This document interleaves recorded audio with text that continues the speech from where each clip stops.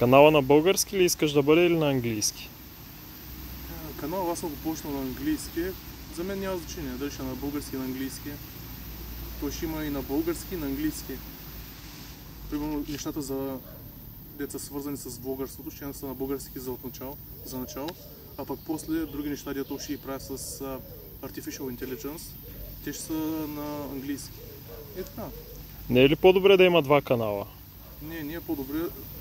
Защо? Защото ако се запозна с MrBeast и там последните новости на YouTube, те казват, че ако всичко ти е в един канал, е много по-добре и така няма нужда да развиваш два канала от начало. Е достатъчен един канал и там имаш всичко. Да. Те е друго. Кога ще е следващото видео?